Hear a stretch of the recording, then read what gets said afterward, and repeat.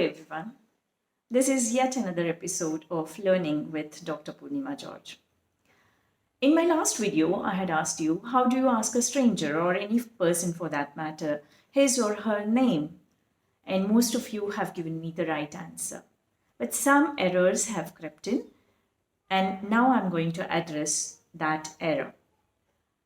Mostly, when we want to be a little formal and when we have met a person for the first time, we tend to ask that person, "What is your good name, please?" This is very incorrect. You're not supposed to say, "What is your good name?" This good name thing has originated from Hindi. Most of the Devanagari languages where we ask, "Aapka shubh naam kya hai?" So in English, there is nothing like Shubh Naam or good name. Hence, we shall not be asking, "What is your good name, please?" We can simply ask them, "What is your name, please?" Or you can say, "May I know your name, please?" Or you can ask, "Can I know your name, please?" Or you can ask, "What name do you go by?" Or you can even ask, "What are you recognized as?" But never ask, "What is your good name?" In my video, I shall be doing such interesting things. So do like, share and subscribe to my channel by pressing the bell icon. And do keep commenting on the videos so that we engage in meaningful discussion.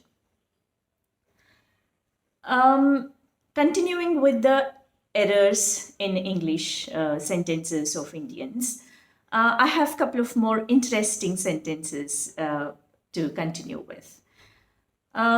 I've heard people say, "I came to your house by walk." This is wrong.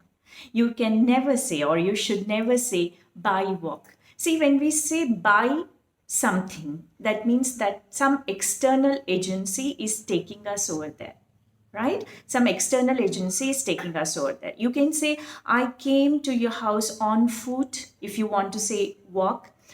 Well, why we cannot use walk and by foot? Because walk is the name of an action, right?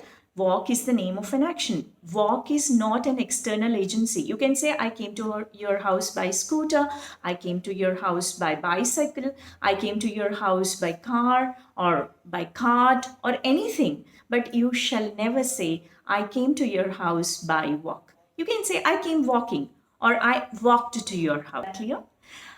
Okay, coming on to the next sentence. I hear people saying, "My head is paining." You shouldn't say "my head is paining."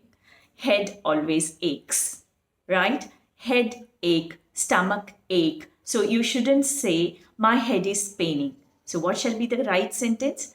"My head is aching," or "I have a headache." Is that clear? "I have a headache" is the right way in which we can talk about the ache in the head. Same thing happens with stomach ache. "I have a stomach ache," right? Then I have some interesting sentence, where I have heard people say, "I did not went to office." That's absolutely wrong. Because did not went, these two things don't go together.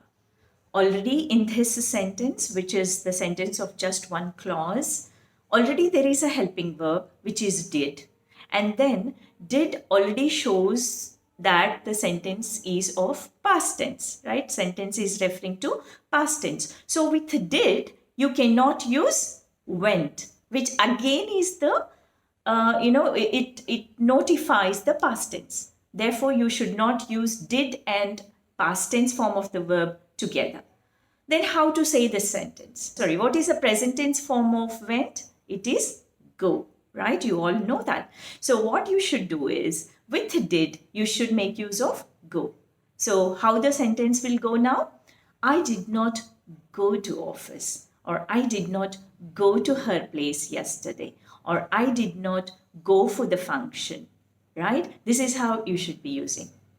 What I would expect you to do is make a small diary or a notebook. Keep writing or Keep practicing these sentences, so that after a length of time, when you look back into your diary, you have a wealth in your hand, and at the end of it, naturally your language is quite fluent. I have seen people ask their friends or anybody, like if one wants to ask somebody whether that person has watched a movie. You watched her. You saw her. What is this whole business of watched her and saw her with this sing song kind of a thing? No, you're not supposed to say that way. If you want to ask somebody whether that person has watched a movie, all you have to ask is, have you watched the movie? Or have you seen the picture? Have you had food? Have you had your breakfast? This is the way in which you have to ask. Don't you ever say, watched, saw, ate, all these things, some things are not there in the language. That's not the right way of speaking. Though I'm laughing presently, don't you think that I'm jeering at you? Being a teacher, I love to correct the mistakes that my students bring to me. With that caring and loving attitude of a teacher, I just made it into a fun thing, so that strikes with you and you don't make that mistake again. To learn a language, to learn any language for that matter, I just want to make a suggestion. That the suggestion is, keep using it, keep talking. Unless and until you talk, or unless and until you use it, you never know what mistakes you're committing. So in the long run, you get clarified with those mistakes and your language starts getting improved. So don't you hesitate from making mistakes. To err is human. Aha, this is a beautiful line written by one of the greatest writers of English literature. To err is human. It starts with, to err is human. To dash, dash, dash. I want you to fill in that blank. To err is human. To dash, dash, dash. Fill in that blank and also tell me who is the author of this line. Who is the writer who wrote this famous line in my comment section. So till I meet you again, do take care of yourself. Keep doing the work that I have told you to do, and keep practicing to speak in English. It doesn't matter if you make a mistake.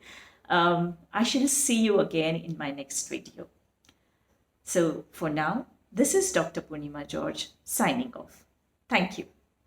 ಆಗದು ಎಂದು ಕೈಲಾಗದು ಎಂದು ಕೈಕಟ್ಟಿ ಕುಳಿತರೆ, ಆಗದು ಎಂದು ಕೈಕಟ್ಟಿ ಕುಳಿತರೆ ಸಾಗದು ಕೆಲಸವು ಮುಂದೆ.